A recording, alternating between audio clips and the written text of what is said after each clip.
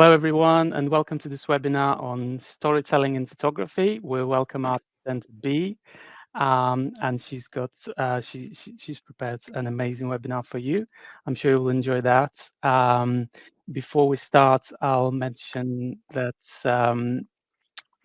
we have partnered with WEX for this webinar, who have prepared a great offer for you, which we'll share with you later on. Welcome again, Bea, and everybody enjoy the webinar. Thank you so much, Andre, for this lovely introduction. Hello, everybody. Warm welcome. I'm just going to share with you my presentation. Let's just take a look at that for a second.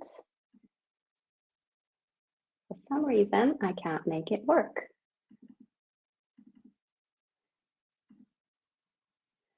I should be in a great layout, start presentation. It's here, it's the button on the bottom.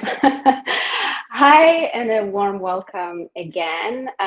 Thank you so much for joining this live webinar. We have a super exciting topic today, from plate to picture storytelling in food photography. If we haven't met before, my name is Bea Lubas. I'm a photographer. I specialize in food and lifestyle. I'm also one of Lightroom ambassadors and the author of the book, How to Photograph Food. So today we have a super exciting webinar all about storytelling. Super grateful, super excited. Thank you so much, Calibrite team, for having me to host this live webinar and to share my passion for storytelling. So first of all, let's take a look at what's on our schedule today. So we are going to start with why storytelling is at the heart of powerful food photography. Then we are going to talk about light, color, composition as storytelling ingredients. Then we'll touch on selecting props and backgrounds to support our story. And then I'll walk you through some of the examples and how I think about storytelling, how I build stories from concept to composition. And then we'll dive into some editing techniques to enhance mood in the image. And then at the very end, we'll have like a 10-minute Q&A. So if you do have any questions, I would suggest to type them and then please pop them in the chat at the very end, because if you pop them somewhere in the middle of this webinar, unfortunately, I might miss them. So we'll have that Q&A at the very end. So please type your questions and then please copy and paste them in the chat at the very end of this webinar. All right, shall we start? So storytelling is the heart and the soul of the image. I have recently met a photographer I haven't met before. And as we were having a conversation, this photographer shared with me that they still remember the story from the mushroom foraging that I shared some time ago. And this is one of the images from this story. It's also one of the images that was part of my exhibition in New York last year. It's very dear and it's very meaningful to me. And this conversation really was just such a beautiful reminder of how important storytelling is and how powerful stories can be. So to me, a story is powerful because it can make people feel something. It also creates connection. And it does make your work memorable, whether you're creating an image for yourself or for your client. That's important. So in this webinar today, I really want to share with you some of the tools that you can use to create stronger stories. But let's start with what actually is a story. And I really want to invite you to write this question down and think about what story means to you, what storytelling means to you. And knowing that can really empower you and make you a better storyteller. But I'm going to share with you what a story means to me. So a story to me is a message that I want to share with my viewer. So in food photography, that can be something about the ingredient, maybe something about the recipe, or maybe something about the method of preparation. So my viewer is not there with me when I'm photographing. Unfortunately, they can't try the delicious flavors, they can't smell the delicious smell, and also they don't see what's going on behind the scenes, and they don't really know much about what's going on when the food is being prepared. So I think it's my job as a photographer to give them any important details. So I always keep my viewer in mind when I create my story. So when will they be seeing this image? What do they need to know? What details do they need to know? But there is another very important person in a story, and that person is you, the photographer. So the story and storytelling really gives us a chance to share our own unique way of seeing, and also infuse the image and the story with our own unique personality. And I remember when I started photography, I joined this photography evening class in a local school. And every week we were given an assignment and we were given a topic to photograph.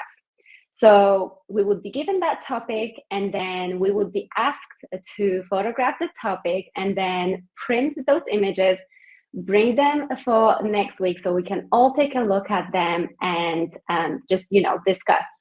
And you know what was the most fascinating about that? We all had the same topic, but we all thought about this topic differently. And I think this is such a beautiful reminder why, storytelling matters, why, we all see so uniquely, and it's something that we need to celebrate. And one thing I also really want to mention here is that storytelling is like a muscle. So the more you practice it, the more you exercise it, the better it gets. And this is one of my very first images when I first started, humble beginnings. And at that time, I really believed that the more props in my scenes and the most distinctive props, the better the story. But the truth is, a lot of the time, I actually forgot about how important my subject was. So I don't know where exactly you are in your journey right now, but if you might be feeling that your storytelling skills aren't where you would want them to be, I hear you, I feel you, I've been there. Keep going, keep practicing, and your next big breakthrough might be just around the corner. So how can we actually tell the story in a food image? Story can actually be very simple. And it can be as simple as, this is a beautiful plate of food, or this is a delicious plate of food. And we see those stories everywhere. They are commissioned by magazines, by chefs, publishers, restaurants. We definitely see that on packaging. It's a simple story, but it definitely works. So if our goal is to create a simple story of, this is a deliciously looking or deliciously tasting meal, there are a few visual details that we need to focus on. So let's go through some of those details. So the first one is texture. So texture is especially important in food photography because it can really indicate how fresh the food is and also what it's going to taste like. And then we have color. So again, color too indicates the flavor and the freshness of the ingredient. It's so interesting that, for example, subconsciously, we know that deep red strawberries will be sweeter in taste. That's how important color is in photography. And then we have shapes. So when it comes to shapes, it's especially important for those dishes when we have few ingredients kind of mixed together. So it is important to show some of the recognizable shapes. So some of the shapes of some of the ingredients. If a viewer can recognize ingredients, they can imagine better what this food could taste like. And then we have the flavors and aromas. So there might be some flavors and aromas that are not obvious right away. So if that happens, it might be a good idea to add some ingredients somewhere in the scene to give our viewer a hint of what they can expect from this recipe. But stories can also have more context. So how can we add more context to our stories? Let's take a look at some storytelling tools. And here we're going to take a look at light. We're going to take a look at color. And we're also going to take a look at composition. So let's dive into light first. So light is important because, of course, it makes our photo look good. It makes our food look good. But in this webinar, I really want us to dig a little bit deeper and think about light as a storytelling tool rather than just a beautifying tool. So light is a mood creator. And what story can light actually tell? So light can indicate weather or time of the day. So when it comes to the weather, just think about maybe like having breakfast on a sunny morning.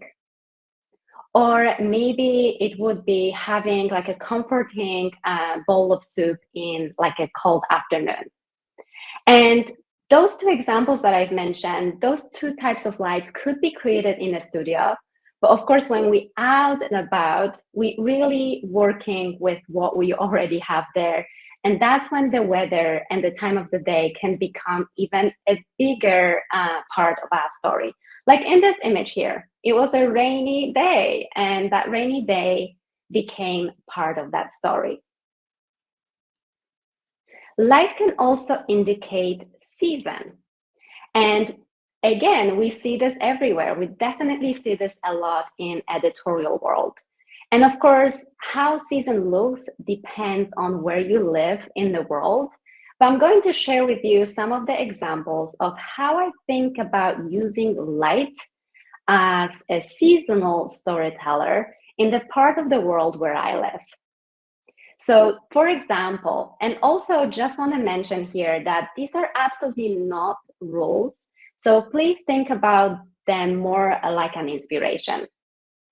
So to tell the spring story, a lot of the time I like to use a very soft diffused light. So think about really soft diffused shadows and also very delicate highlights. So in my opinion, this creates this beautiful feeling of lightness, which personally I associate spring with. And then to tell summer story, a lot of the time I might use a hard light or dappled light to tell that summer story. And then to tell the autumnal story, it might be a good idea to use light which is more moody, definitely more shadowy. So again, this is the type of light that we can use to tell autumnal story. And to me, to be honest, where I live, autumn and winter light can be very similar. But for example, last year I tried to play a little bit more, get a little bit more creative, and try and create the type of light that looks like candlelight to kind of tell this winter story. So again, light is a tool that we can use to tell seasonal stories. But even if we don't want to indicate the weather or the time of the day or the season, light is still a storytelling tool. And that's because different types of lights create a different energy. And I want to share with you a photo example. It's the same image, but it's photographed with 3 different types of lights. And I really want us to explore how these different types of lights create different energy in the image. So starting with the first, that's direct sun. It was a very sunny day. So we have really deep, strong shadows, hard shadows. And if we just put the weather and the time of the day aside, think about some of the adjectives that you would use to describe energy and mood in this image. So the energy and mood that this direct sunlight creates. So to me, this type of light is bold, it's confident, it's definitely energetic, and it is very eye-catching. So whenever I'm creating a story and I want to capture those feelings, that's when I could use direct sun, hard light, to help me tell that story. And then let's take a look at the second example. So again, a sunny day, the same situation, the same photo, but this time I have a sheer curtain in between the window and my subject.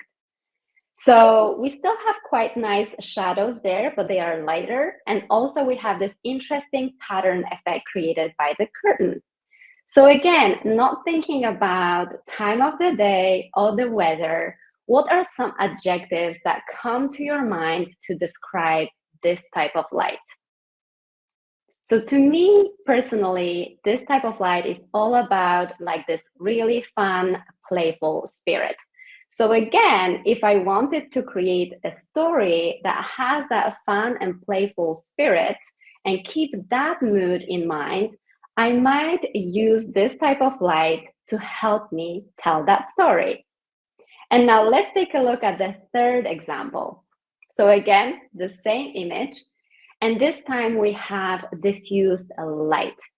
So we can see that the shadows aren't as strong as in our first example, and the light looks different. So again, not thinking about the weather or the time of the day, if you are going to use some adjectives to describe this type of light, what comes to your mind? So to me, this light is all about calmness. It's definitely calm. It can be soothing. It can be soft and gentle and delicate. So again, if I wanted to create this type of mood in my images, I could use this type of light as one of my tools.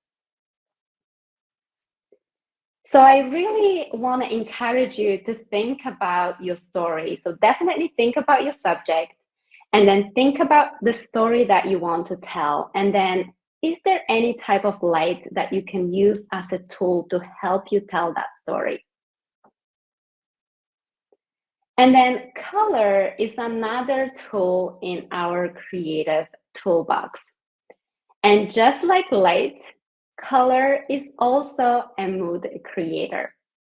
And similarly to light, we can definitely use light to indicate different scenarios.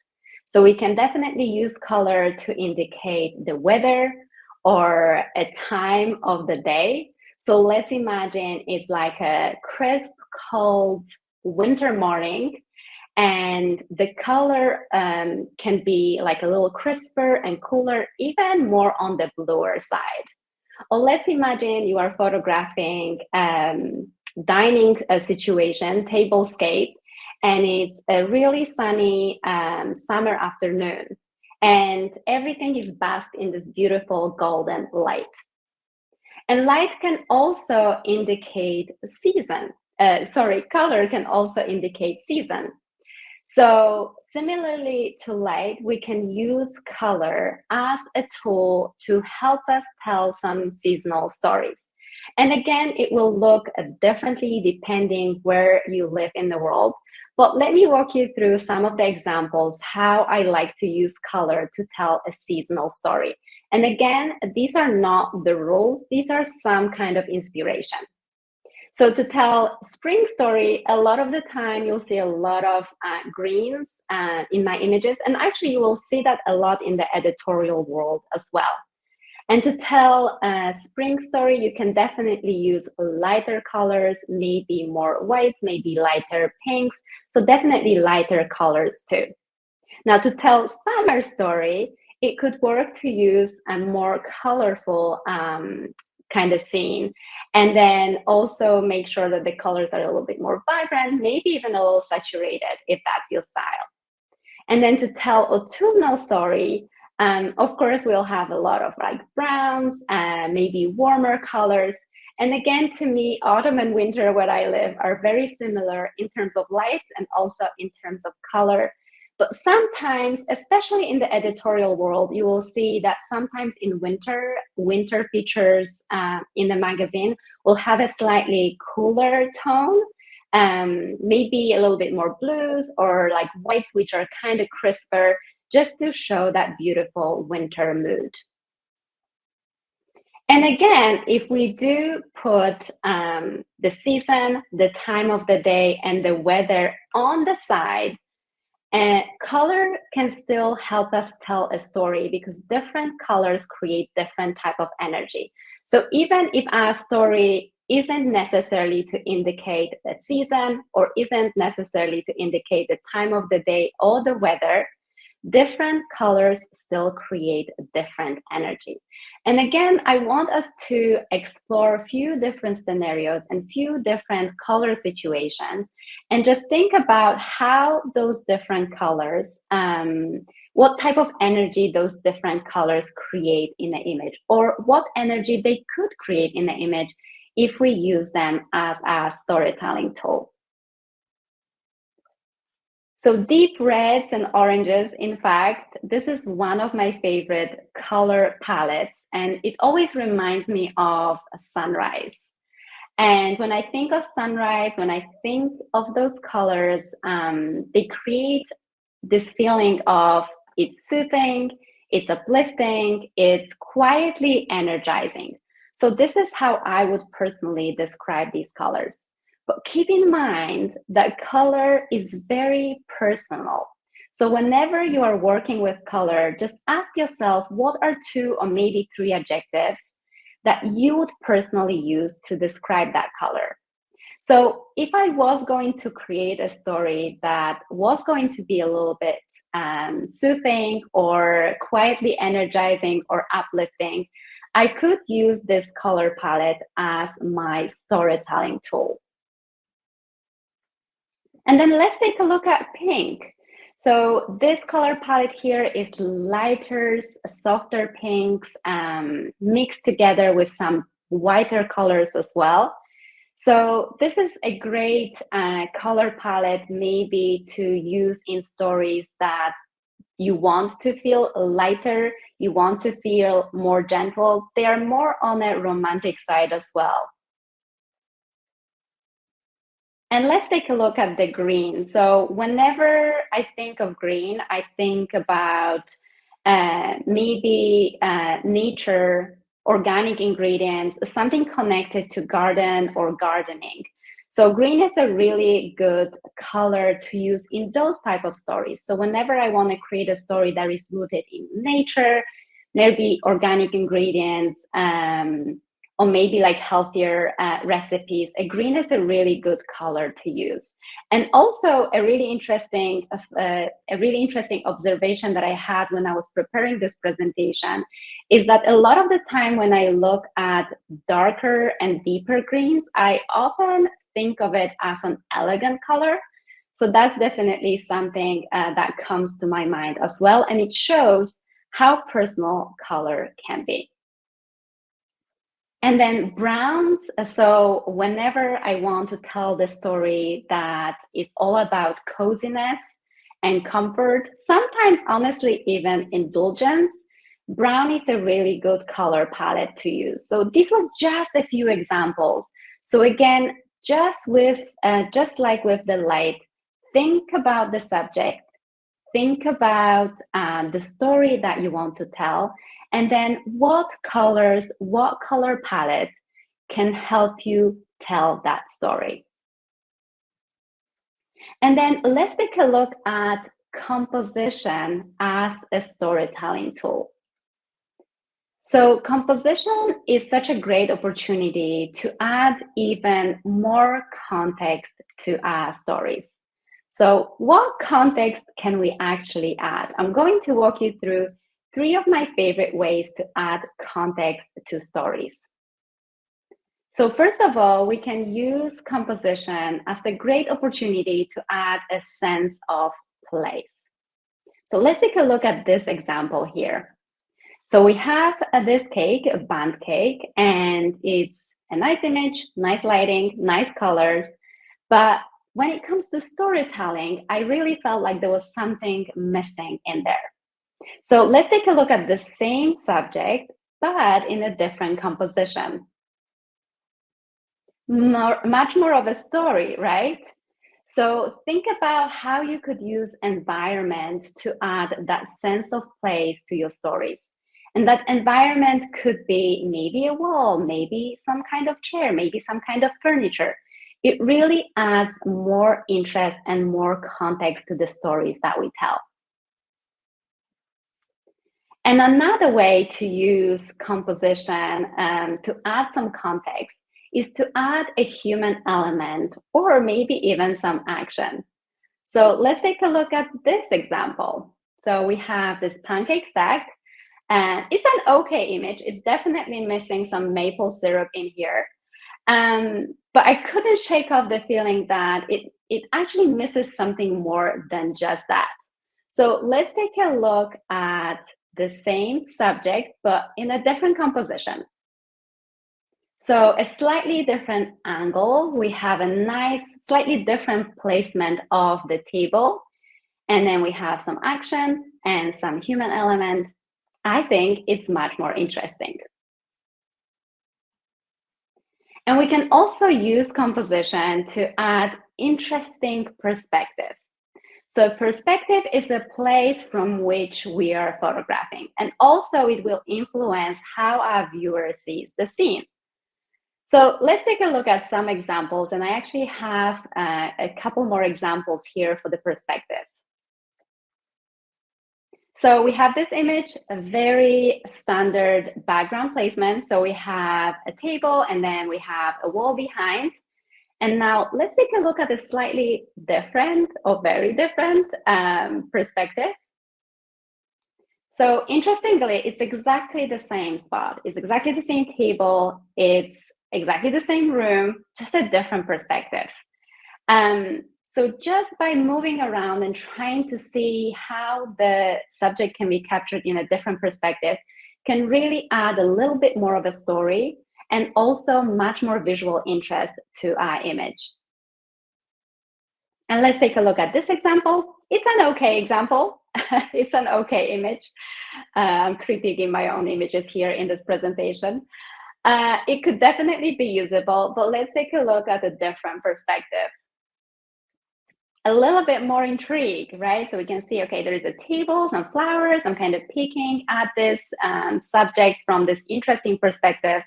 So just thinking creatively where I can position myself to just tell a more interesting story and add more visual interest to the image.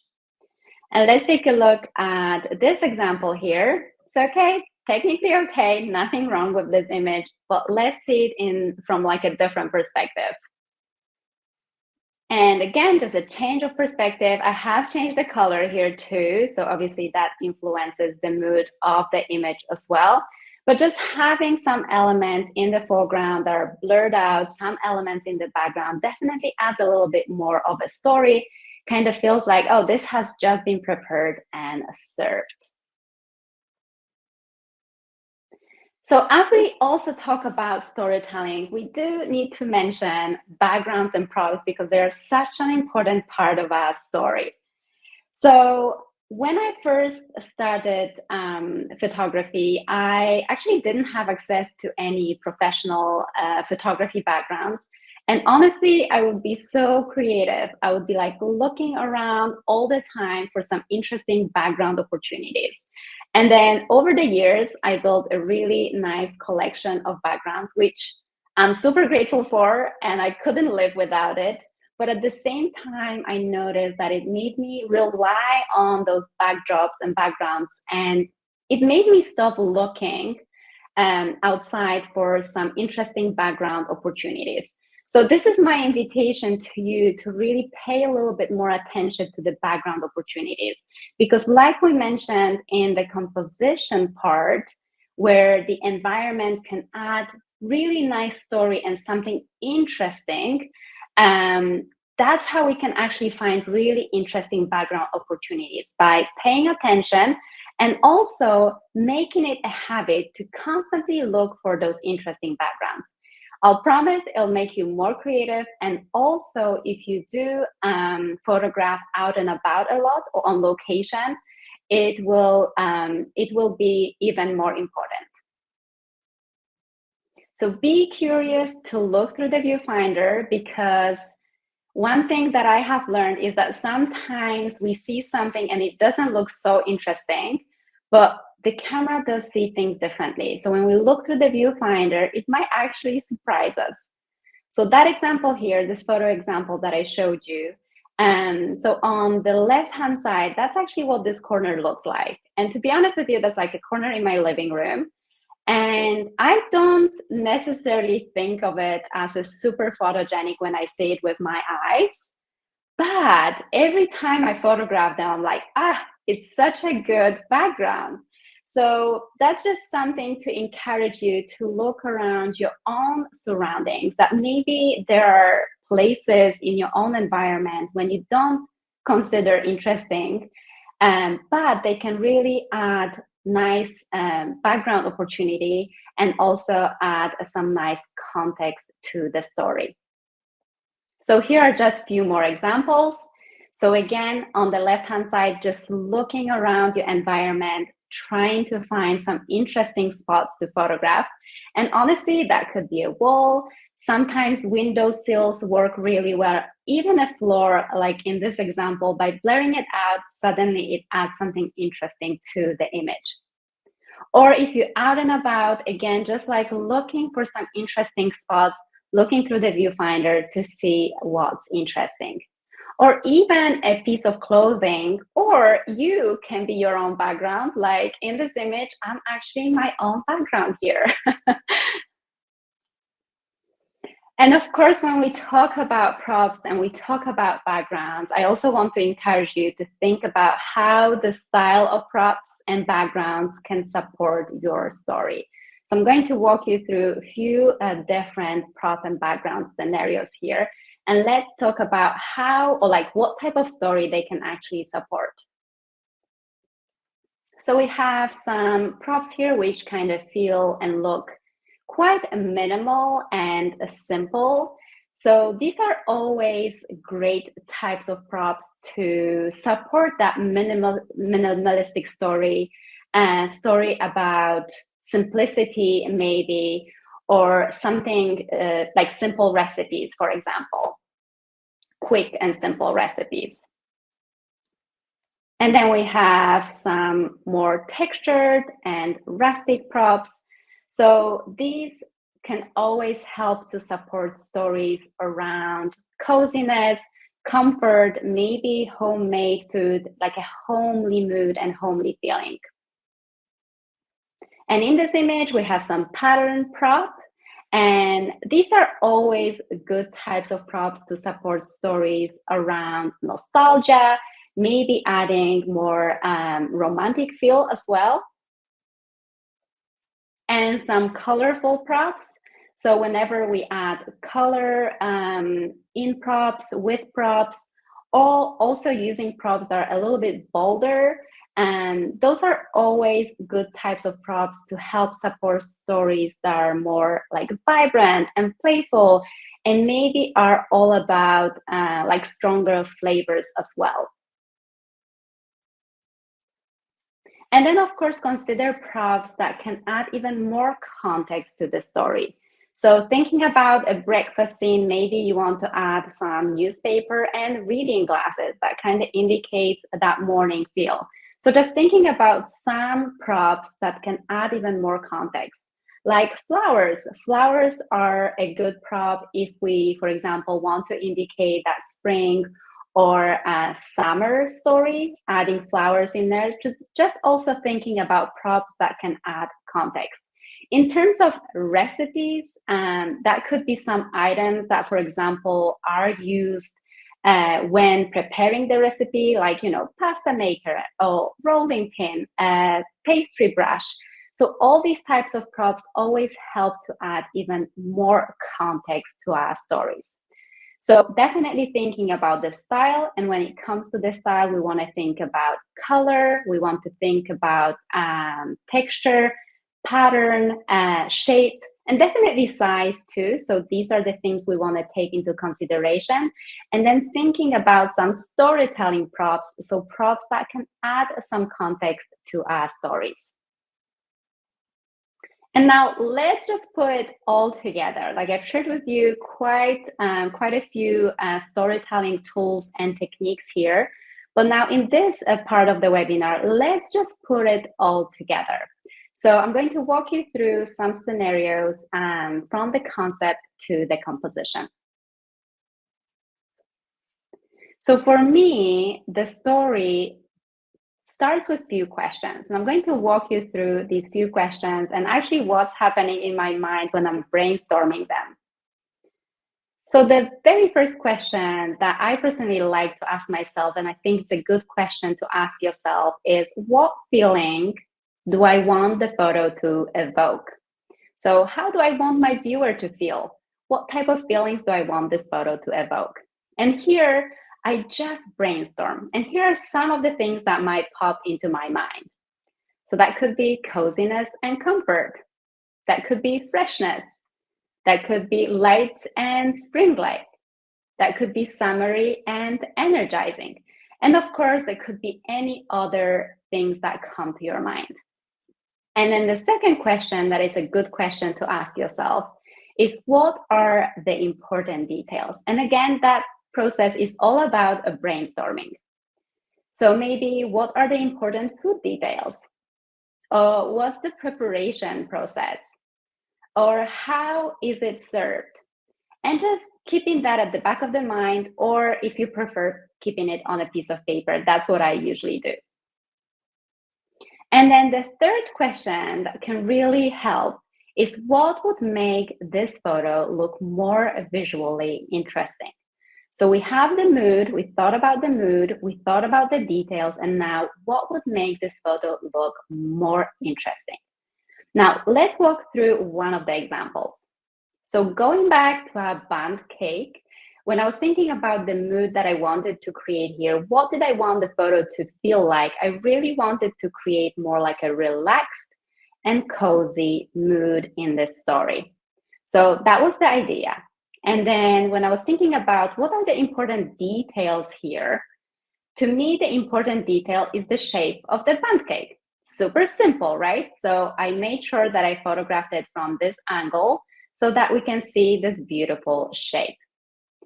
But there was still something missing in this photo. So that's when the third question kind of comes in. What would make this photo look more interesting? And here we have few context scenarios. So those are the context scenarios we've already touched on. So that could be action, that could be human element, or that could be the environment, so the sense of place. And of course, we could also put all those three elements together in one photo too, if we wanted to. So when I think of stories, I usually think of stories as three building blocks or puzzles, right? So the very first piece of the puzzle, the very first building block of the story is the food details. So like we mentioned at the very beginning, a story can be super simple. And the story can be, this is a delicious plate, or this is a delicious meal, right? So I'm thinking about those food details that can really help support that story. And that texture, color, shape, and flavor. And sometimes that's it. Sometimes that's my story. I'm only focusing on this super simple story around food details, and that works. But sometimes there is something missing. So that's when I think about my second building block, and that's creating mood. And usually what helps here is two tools we talked about, and that's light and color. So that's my second building block, creating the mood with light and with color. So sometimes those two building blocks work, but sometimes there is something missing. And that's when the third building block comes in. And that third building block is adding some context. So again, adding some context with our composition. And a lot of the time that would be context around maybe adding a sense of place, maybe adding a human element, or maybe adding some action. Now, let's see this action. Let's see those 3 building blocks in practice. So I'm going to share with you this example. So this is the final image, but let me walk you through how I actually got there. So the very first building block is my food details. So when it comes to this recipe, what's important in it is the texture. So the texture was really important. And also to me as a storyteller, what was important was the flavor. So it had a grapefruit flavor, which isn't obvious when you're actually just showing the photo of the granita. So I knew that it would be important maybe to add some grapefruit somewhere in the scene to kind of help my viewer identify what flavors they could expect from, let's say, this recipe. So that would be my building block number 1. And then I'm thinking about my building block number 2, and that's all about creating mood. So to me, that granita was like light in texture, definitely very delicate in flavor. So it had that grapefruit flavor, but not super punchy. It was actually very delicate. So I really wanted to create a mood that will help to actually show that. So show that lightness and also show that delicateness. So the very first idea that I had, which you're going to see on the left-hand side, is that I wanted to photograph it with backlighting. I thought the backlighting is going to add this feeling of lightness, and that's exactly how I felt about this recipe. But I was wrong. As soon as I saw those big shadows, I was like, no. So I tested the side light, and also those tests were like super quick tests. So it was just basically trying to see what the shadows are gonna look like. And then I decided that the side lighting will actually be a better idea to create that feeling of lightness and the mood that I was going for. Also, when it comes to color, I decided on brighter colors. And because again, I wanted to create that feeling of lightness in this image. So that's creating my mood with light and color. And then I tested 2 different glasses. And in my opinion, they both actually work. But definitely the glass on the right-hand side adds a little bit of height to this image. But there was something missing. So that's when my third building block comes in, right? Adding context. What is missing in there? And the truth was, I couldn't actually include a sense of space there because my space wasn't big enough for like the backgrounds that I was using and the props I was using. I did play a little bit more with maybe adding some kind of action, but it didn't work as well as I was hoping. So I added a human element. So that was adding my context with a little bit of human element. It was just prepared. It's going to be served just in a minute. And that was my story. And now let's take a look at this other example, which is the slice of cake. And this is the final image. And let's go through those building blocks again. So the first one, as I mentioned before, food details. So I actually photographed this recipe as a wider story. So I took lots of photos with just food details. So really focusing on those beautiful textures, colors, shapes. And also we kind of know what flavor that is from just looking at this recipe. So that was my first building block. But as I created those shots and I was really happy with them, I thought it would be really nice to add one more image in there, which tells a little bit more of the story. So that's when I started brainstorming, creating my mood, which was my building block number 2. So here I was like, it's winter. I want to create a really nice wintry, cozy feel, definitely relaxing, like just somebody sitting with a slice of cake, maybe a teacup, and just having a nice, relaxing, quiet moment. So that was my idea for creating the mood. So now I had to select light and color that support that story. So with the lighting, we have nice deep shadows to create that cozy feeling, cozy mood. And then with colors, I actually initially thought I'm going to go for brown and white. So I chose white plate to go with this cake. But as soon as I tested it, I was like, nope, it doesn't work. So that's how important testing is. Sometimes we have something in our mind, but it might not always translate exactly how we imagined. So to me, I wanted to select this white plate because I also had a white chair. So I thought they would work really nicely together.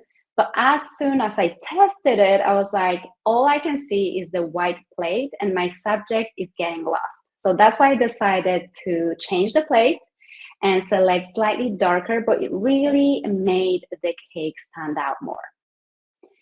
So that was part of the story, creating that mood with light and with color. And now it was time to add something extra, and that was adding some context. So let's take a look. So I kind of pulled back a little bit to include more of the chair. I really wanted to kind of tell this story of like just somebody sitting down, having a quiet moment. So I kind of pulled back a little bit when it comes to the composition. I also added a cushion in there to kind of create that nice cozy feeling. So this is a storytelling prop, and also maybe indicating the weather or the time of the year. And then I also added a teapot, again, another storytelling prop in here, just to indicate that there is some tea going on in this story as well. So this is how I would approach my stories. 3 building blocks. The first one is all about food details, and sometimes that's enough. Then adding mood, and sometimes those 2 building blocks together is enough.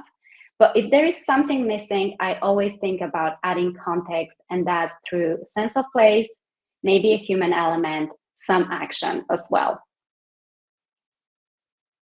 So now that we've built this composition, let's take a look at some of my favorite editing techniques to enhance the mood.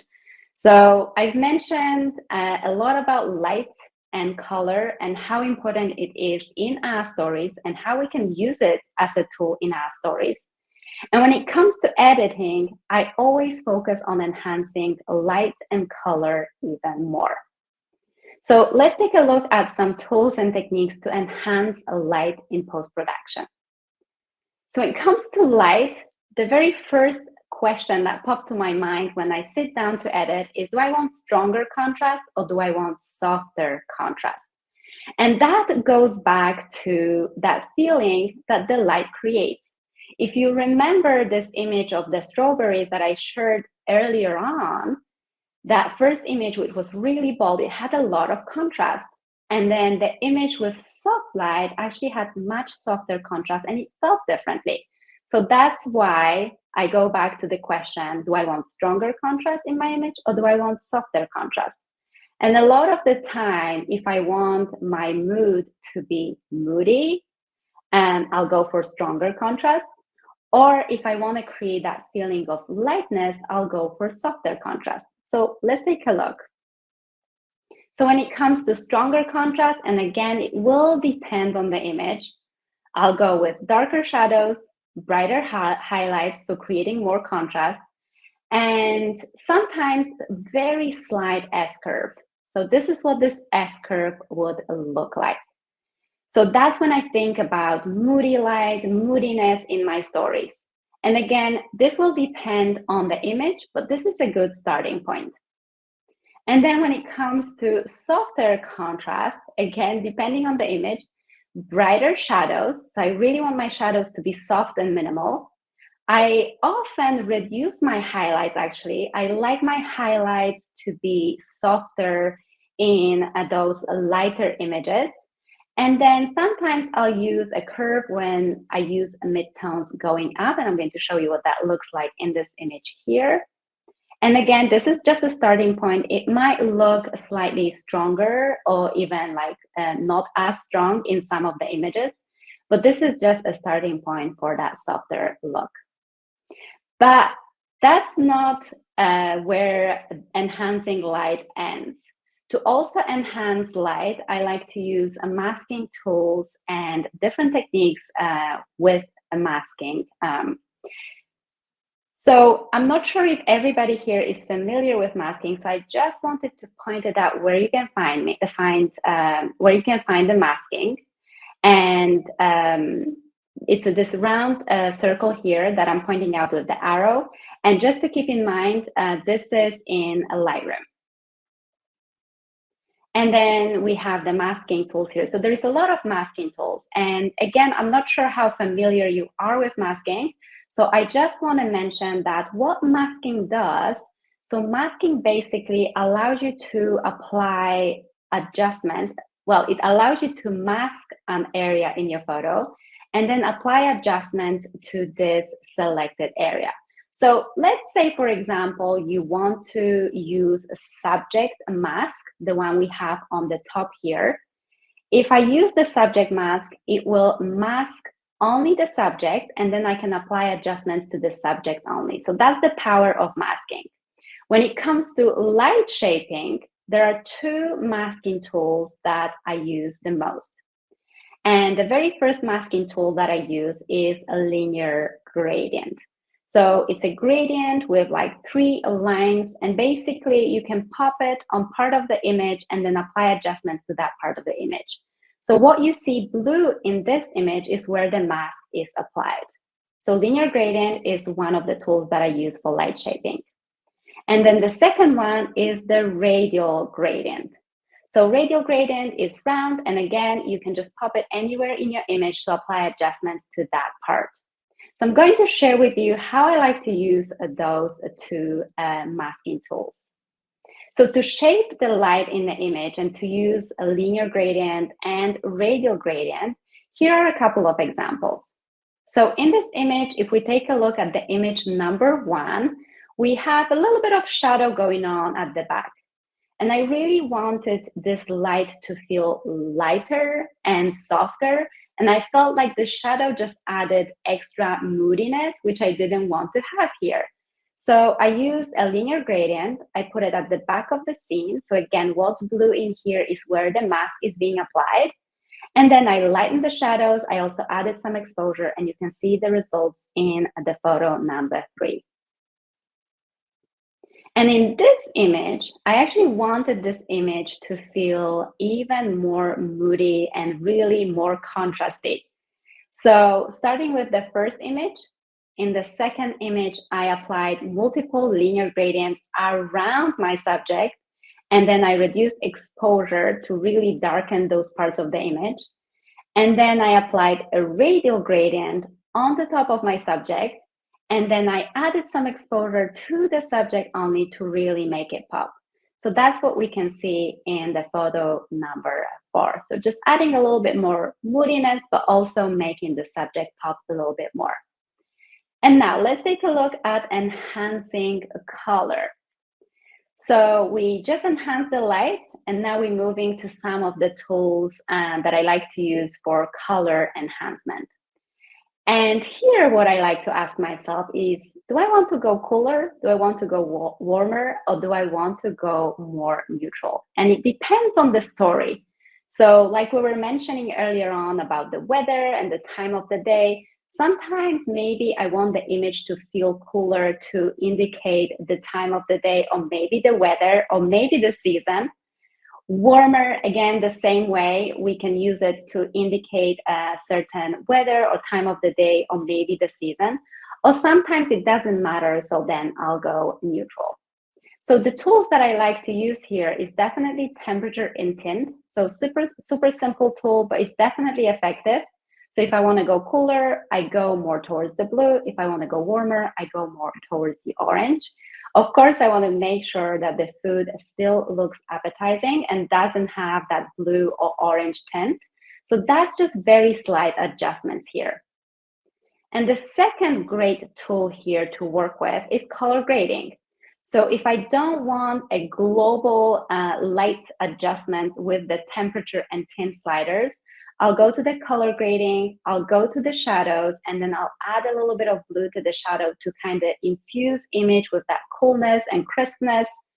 Or if I want to create a warmer mood, I'll go to the shadows and I'll add some orange or red. And usually those are very, very slight adjustments. So we just want to add a touch to infuse the image with a little bit of feeling and the mood, but not make it overpowering. And when it comes to the color adjustment, we obviously can't not mention the color mixer, which is food photographers' best friend. And this is the tool that allows us to adjust individual colors. And here we can adjust hue. So the color we see, we can adjust saturation, so how rich that color is, and the luminance, so how bright or dark we want this image to be. And just to show you one example of what the raw image would look like, and then how I would edit it here. So starting with the raw file on the left-hand side, the image definitely felt, well, actually, to be honest with you, the light on that day actually felt very flat. So I knew I wanted to add a little bit of contrast in post-production. And then I really wanted to make sure that the green colors aren't as vibrant as they were in the raw image. So I wanted to make them a little quieter. And then I wanted to add a little bit of brightness and also richness to the orange colors. So that would be the before and after. And we are spending so much time on adjusting our colors, and rightly so, because color is so important in photography, and especially in food photography, right? Because it's not only there to make photos look pretty, it indicates the freshness of the ingredients, it also indicates the flavor, and as we learned in this webinar, it also creates the mood. So because we're spending so much time on perfecting this color, it is as important to make sure that the colors that we're starting with look right. And that's when the monitor calibration comes in. And it's especially important in printing, right? If we're printing our work, and that could be for magazine features, maybe marketing brochure for clients' marketing resources, or it could be for a cookbook, or any other, even like fine prints that you're printing for yourself, or portfolio prints that you're printing for yourself. It's especially important. And we do have an expert, so Andre is here on the webinar with us today. So if you definitely have any questions about calibration, Calibrate tool, make sure you ask those questions in the chat.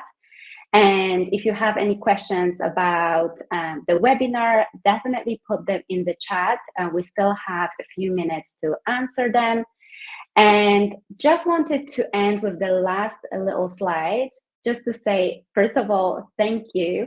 And just to summarize a little bit about what we've talked about. And there was a lot of different storytelling tools that I've shared with you today.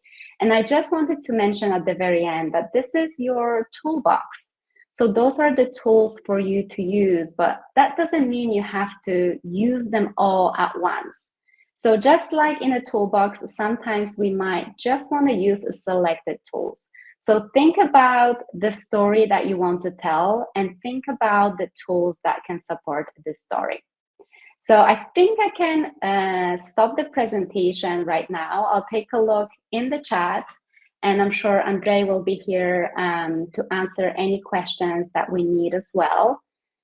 But let me just stop this presentation and just go to the chat. And maybe, hey, Andre. Hi, that's been great. Very insightful. And I think you've made everybody super hungry as well. Sorry. No, amazing images though. Thank you. I really appreciate it. Yeah. So I'm not sure if there are any questions. If you have already seen any questions that we can answer, should I just go? Mm-hmm. We've had a couple of questions here, for example, from Andrew, who is asking, you have a very distinctive picture style, especially in low-key coloring. Is this done in the camera or in post-processing color blending? Right, I'm kind of like looking where that question could be. Did you say it was Andrew? Yeah. Yes, okay, I can Yeah. actually see this. Okay, you have a very, I'm just gonna read it again, sorry. So I would say it's definitely both. So I definitely, the camera, kind of gives me the colors that I want, like a foundation, but then I definitely do a lot of editing afterwards as well, especially with colors as well. Yeah. Then the next question right after that one from Edgar. Mm-hmm. Mm-hmm. Which is, okay, I'm going to read it in case people have not seen this question. It's so interesting too. Which is your preferred go-to light setup? Because your images look very nice, distinctive, maybe diffused light. That's such a good guess. It's actually interesting because I do, obviously, because of where I live in England, we do have a lot of diffused light. That definitely influences my style for sure. And I would say this is part of my style for sure. Interestingly, a lot of the time people will comment on my images mentioning they do make them feel calm. And I think part of it is that diffused soft lighting. But so very well spotted, Edgar. Okay, and then Matt, I might actually maybe read this question as well. So Matt, which is the question below, is asking, would storytelling become easier with experience and practice? Yes, Yeah. I promise it will. It definitely, it's like a muscle, which is something I kind of mentioned during the presentation. The more we practice it and the more storytelling we include in our images, the better we get as storytellers. So like I mentioned during the presentation, if any of you feel like your storytelling skills aren't where you would want them to be, I hear you, just keep going. I promise it does get better with practice. Great advice. If you can also remind what was the program that you were using? I think it was Lightroom, right? Yes, I was using Lightroom. That's right. I Yeah. forgot to mention it at the very beginning, and I kind of started talking about editing, and then realized actually I should have mentioned in case someone is wondering where are all these tools from. But yes, it's Lightroom. Yes, and we've had a few more questions actually towards the end. Mm-hmm. Oh, I just really appreciate you guys asking so many great questions. Honestly, it's so appreciated. So please know that. And I'm just going to scroll, maybe going from the question I just asked, we've just read, and I just answered. Some people were asking about the replay, and I see Margarita has already answered that, which is great. Yes, there will be a replay available. And let me just see. Okay, then Hansa is asking, how do you use color brown effectively in summer photos? Great question. I would have to think about it a little bit deeper, honestly, to maybe give some more context and details.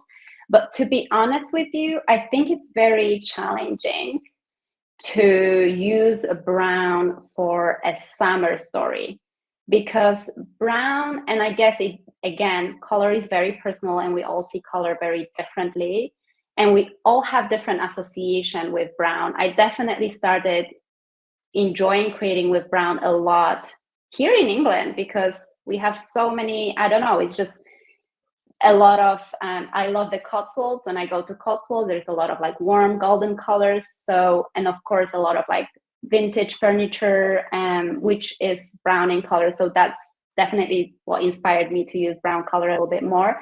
But I honestly think it's challenging, but it can be a really good challenge to create effectively a brown color effectively in summer photos. So Hansa, this is our challenge. And then we have another question. What's your go-to lens when shooting food?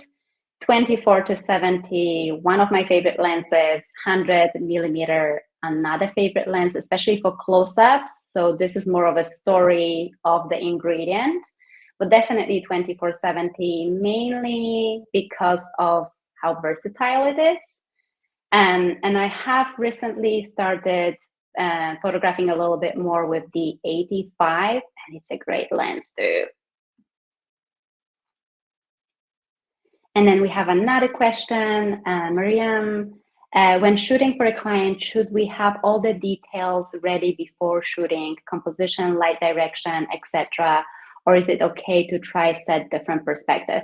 I will have that conversation before you start your creative process, just to keep everybody on the same page. And sometimes we have, we are photographers, we have a style, and we sometimes know what works really well, but maybe a client has a different idea. So I would definitely have that conversation with a client beforehand, and you can always try different perspectives later on if you do have time to. Okay, and I think that would be a great question to you, Andre. I don't know if you see it from Natasha. I have a Yes. MacBook. Do I need calibration on MacBook? Yes. Yes, definitely. Very good question. Yes, any screen will benefit from screen calibration to get to the neutral starting point. And once you calibrate your screen, everything looks neutral, and now you know that what you see on your screen is what the colors actually is, and then you can take it creatively wherever you want. So, but yes, definitely, good question. You do need to calibrate your screen. Yeah, Yes. it's like a foundation for your editing process, so you know what you're starting with. And then Iana asked, when editing, at what point do you keep the brightness of your screen? This is a great question. Was that Great. something we had a conversation about, Andre, Yes, earlier on? we did. Yes, that's a great question. So brightness of your screen is one of the sort of basics of screen calibration, and it does need to be set at a specific level, but that level will depend on where your images will end up at. So if you editing just for web, so if you're posting your images on web, you would set your screen brightness to 120 candela, which is the industry standard. And if you are printing your images, or if you editing your images and planning to print them, your brightness level of your screen should be somewhere around between 80 and 100 candela. And to set that level, you need to use a screen calibrator. So the brightness setting is part of the calibration process. The software walks you through the process. You just tell it, okay, I want it to be at 120. You'll place the calibration device on your screen. It will measure the output, and you'll be able to adjust it to where it should be, and off it goes. So very good question. Yes. Thank you. Yeah, thank you for asking. It's such a great question. And then we have another question from Natasha. And how did you learn the styling? I'm really stuck with that very often. I would actually love to know if you meant the food styling or maybe more of a scene styling. So I kind of always think about styling in those two areas. So we can style the food, or we can style the scene around the food. But when it comes to food, I just want to say that I definitely was in that point where I felt super stuck as well. And the truth is, I learned styling because I had to. So when I first started food photography, where I lived, there weren't any food stylists. So when I was learning photography, I went to shadow a few photographers, and one of the advice that I got was, go on test shoots with food stylists. And unfortunately, where I was, there was no food stylist. So I was like, right, if I want to take photos, become a better photographer, I need to have a good looking food. I will try and see if I can learn how to style it. And it definitely came with a lot of trial and error. All I can say that, again, just like with storytelling, it takes practice. There were moments when I honestly did not like what I saw, on the screen of the camera, and I was like, this does not look as delicious as it really is in reality. And it is a frustrating place to be. But just honestly, the only advice I would say is just keep practicing. Maybe if you can watch tutorials, um, maybe even set some like creative dates with other photographers, with other people who style, and like exchange some of those skills. That's definitely one of the things that can help. But definitely feel free to also follow up this question maybe on my Instagram DMs if you want. And then okay, so we have another question from Nishi. Do you work with a color palette?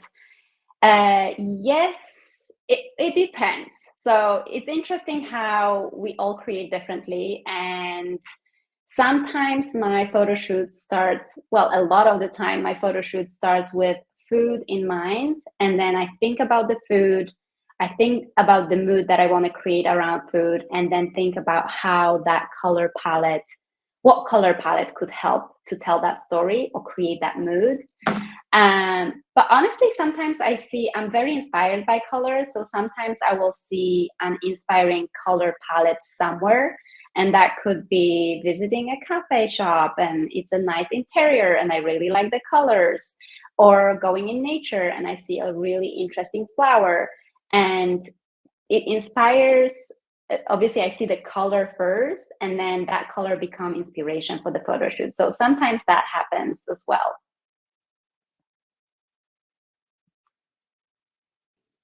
And then Lori also mentioned, can we talk a little bit more about monitor calibration? I'm not sure if Andre, you want to say in what people Yes. need to know. Sure. So it's very simple. So if you have a monitor, that's the first. You're starting with a monitor. You need a screen calibrator, as already mentioned. So Calibrite offer 3 screen calibrators and another one, which is a screen and printer calibrator. So all of them can be used on most screens. So we have entry-level devices, then which is called Display 123. Then there are 2 more professional devices, Pro HL and Plus HL, and also the Color Checker Studio device, which is a screen plus printer calibrator. So the way it works, so all of the devices come with their own software. So you install the software, plug in the device to your USB port, then starts the software, basically decides, what sort of brightness level you'd like to have, depending on your project. And then the software walks you through the process. You place the device on the screen. As part of the calibration, once you've set the brightness using the device, it will start showing all of the different colors, the reference colors. So the device basically stays on the screen, measures all of those colors, and the software knows what the color should be. And once it's been measured, this measurement is saved as a custom monitor profile, and the monitor profile basically stays within your operating system, and every time you launch your computer, your monitor is calibrated. And we recommend recalibrating every sort of 3 to 4 weeks. You can set profile reminders, so the software will pop up and say, please recalibrate your screen to make sure your colors are all consistent. So it's a very simple process, but you do need a screen calibrator, yes. Is there a reason, I just have a follow-up question. Is there a reason why it needs to be done every 3 and 4 weeks? Does a monitor change? Yes, so every monitor will change, so hardware will age over time. So if we even recommend waiting before calibrating your monitor, we actually suggest that you wait for your screen to actually warm up so it becomes stable in terms of color. So there are a lot of nuances, but um, every screen will age over time, depending also how many sort of screen time you get out of it. So if you constantly editing, you may even want to recalibrate every 2 weeks. So if once you've calibrated for the first time, you will see before and after, and usually that's the dramatic change when you realize, wow, you need to go back to your images and actually potentially re-edit them. So when you see a difference between before and after, this is bad. So after 4 weeks, once you recalibrate, you may not see any difference. And you may ask yourself, well, is it actually doing anything? It is, because it's keeping the color consistent. So that's why you need to keep recalibrating. So if you left, let's say 6 months or whatever, and recalibrated, you may see a slight jump, because our eyes, we don't really see this difference, because we're working, our brain works in fully auto sort of brightness, the camera analogy. But so we won't actually be able to see that change, because it's a gradual change that happens over time, very slight change, but it's enough for the calibration to pick up. So if you calibrate regularly, your output of your screen will be neutral and consistent. Good reminder. Okay, I'm just going to go through a few more questions that we have here. So in case of outside scenes such as picnic, can we still apply composition for the storytelling, as it is hard to control when we are outside? I would say yes, and definitely look for interesting backgrounds. And again, sometimes we might think something doesn't look interesting, and I always encourage myself to look through the viewfinder, because honestly, there were so many times I surprised myself of like, it doesn't look very interesting. I looked through the viewfinder and I was like, oh my goodness, this is such a good background opportunity right here.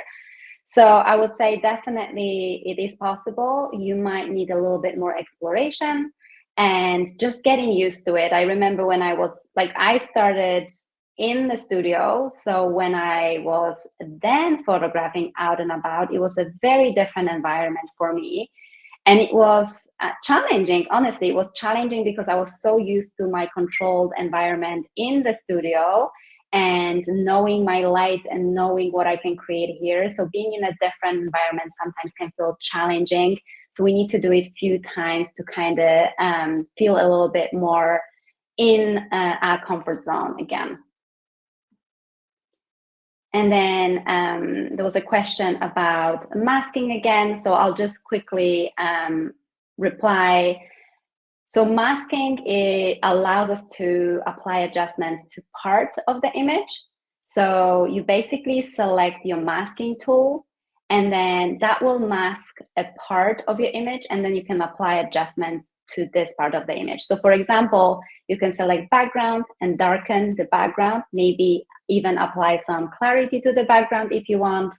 And then you can select, for example, and mask your subject and add some brightness to your subject, maybe even a little bit of saturation or something like that, whatever you prefer.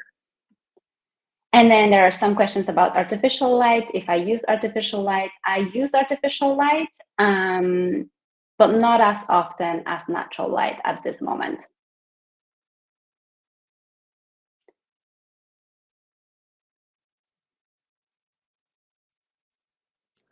So I think Laurie has a question: is calibration an app or is it in Lightroom? So yes, calibration is or calibration software.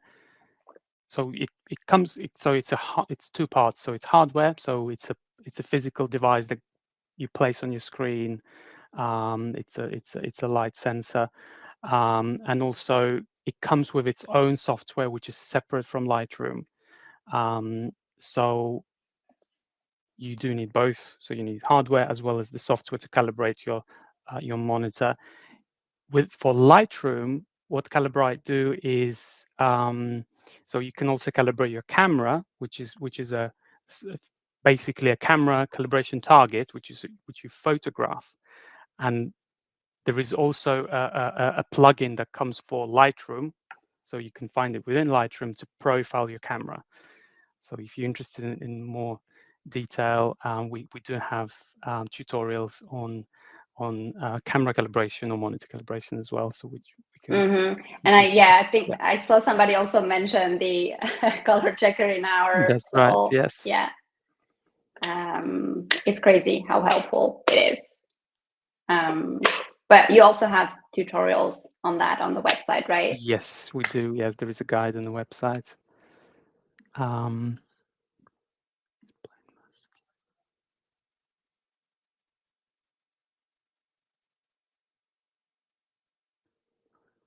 Right. I feel like we've answered all the questions, but maybe I'm missing something. What do you think, Andre? so we have a question about where we can buy, or where these devices can be purchased. So as I mentioned, we Mm-hmm. have partnered up with Warehouse Express or WEX in the UK, and they have prepared a special offer for calibration devices. I think we can now share the special code. Margarita can pop that in the chat. So this is the special code. You will also receive a follow-up email with the recording of the webinar as well as with this code. So you can, there will be a link to the Warehouse Express website. So you can browse all the Calibrite products there, and you can use this special code on the Warehouse Express website. Fantastic. And there was also one more question about the color of the background in some of the scenes, which I just answered about my wall, which you can guys see here. Interestingly, this color is called nutmeg, so it's connected with food as well.